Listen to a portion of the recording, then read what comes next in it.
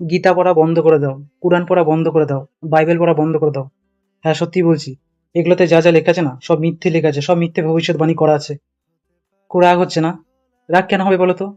তোমরা নিজেরা বলো, আমাদের ভারতবর্ষের সবাই গীতার বাণী শোনায়, বাইবেলের বাণী শোনায়, তারপরে কি যেন কুরআনের বাণী শোনায়। কিন্তু বাস্তবে কি করছে বলো তো আমাদের এই ভারতবর্ষের দেশে? হ্যাঁ, সবাই খালি মুখে বড় বড় কথা বলে, সবাই শুধু এই গ্রন্থগুলোর বাহানা দেয়, কিন্তু এই গ্রন্থগুলোতে স্পষ্টভাবে কি লেখা আছে জানো? কর্ম করো, মনুষ্যত্ব হচ্ছে মেন ধর্ম। আর অধর্মের পথে যদি কেউ যায়, তাহলে তার নাকি শাস্তি হয়, সে নাকি তার নাকি পতন হয়। কিন্তু আজ আমাদের ভারতবর্ষে সবাই তো নিজেকে অধর্মের পথে নিয়ে যাচ্ছে, তুমি বলো। সেটা নেতা বলো, মন্ত্রী বলো, পুলিশ প্রশাসন, সব জায়গার দিকে যদি তোমরা বিচার করো, আজ পুরো দেশটাতে পাপে ভরে গেছে। এদিকে এই সমস্ত গ্রন্থগুলোতে কি লেখা আছে? যে যদি কেউ অধর্মের পথে যায়, কেউ যদি পাপ করে, তাহলে তার শাস্তি হবে। দেখাতে পারবে আমাদের ভারতবর্ষের বুকে যেদিন থেকে দেশটা স্বাধীন হয়েছে, সেদিন থেকে কেউ শাস্তি পেয়েছে? যারা অধর্মের পথে নিজেকে নিয়ে গেছে, তারা নাকি এই রাজ্যে, মানে এই দেশে নেতা মন্ত্রী হয়েছে।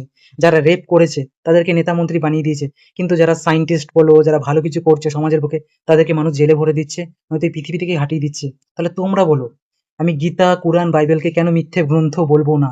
বলো, কেন মিথ্যে গ্রন্থ বলবো না? কেন বলবো না যে তোমরা এগুলো পড়া বন্ধ করে দাও? আর যদি এগুলো সত্যি হতো না, তাহলে আমাদের এই ভারতবর্ষের দেশে এত বেকারত্বের হার হতো না। কোনো মানুষ কষ্টে জীবনযাপন কাটতো না। প্রতিটা মানুষের জীবনের স্বপ্ন সত্য হতো।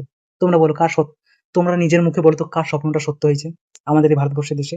যারা গরিব, তারা সারা জীবন গরিবই থেকে গেছে। আর যারা বড়লোক, তাদেরকেই মানুষ সাপোর্ট করে গেছে। যখন কেউ কিছু একটা ভালো কিছু তুলে ধরে, তখন তাকে সরকার সাপোর্ট করা দরকার। কিন্তু তখন তাকে সরকার সাপোর্ট করে না। এই যারা ধনী মানে যারা ধনী ব্যক্তি আছে, তারা সরকারকে ঘুষ খাই দেয়, বলে যে একে একে এই জায়গায় আসতে দিও না, ওর প্রযুক্তি যদি আমাদের এই জায়গায় এসে যায়, তাহলে আমাদের বাজারটা মরে যাবে।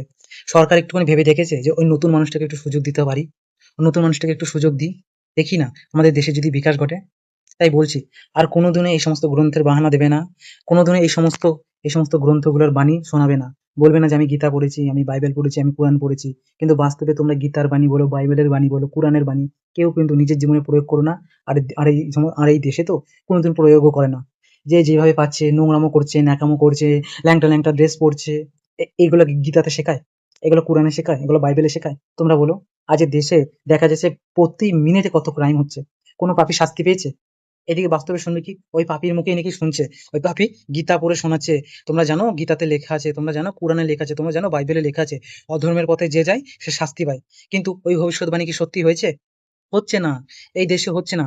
তাই তোমাদেরকে বলছি, এই সমস্ত যত ধরনের গ্রন্থ আছে, যাদেরকে তোমরা ধর্মগ্রন্থ বলো, এই গ্রন্থগুলোকে পারলে জীবন থেকে মুছে দাও। যারা এই গ্রন্থ ছুঁয়ে কথা বলে জানো তো, তারা মিথ্যে কথা বলে বাস্তব জীবনে। আদালতে, কোর্টে দাঁড়িয়ে বলছে, গীতা ছুঁয়ে বলছি আমি সত্যি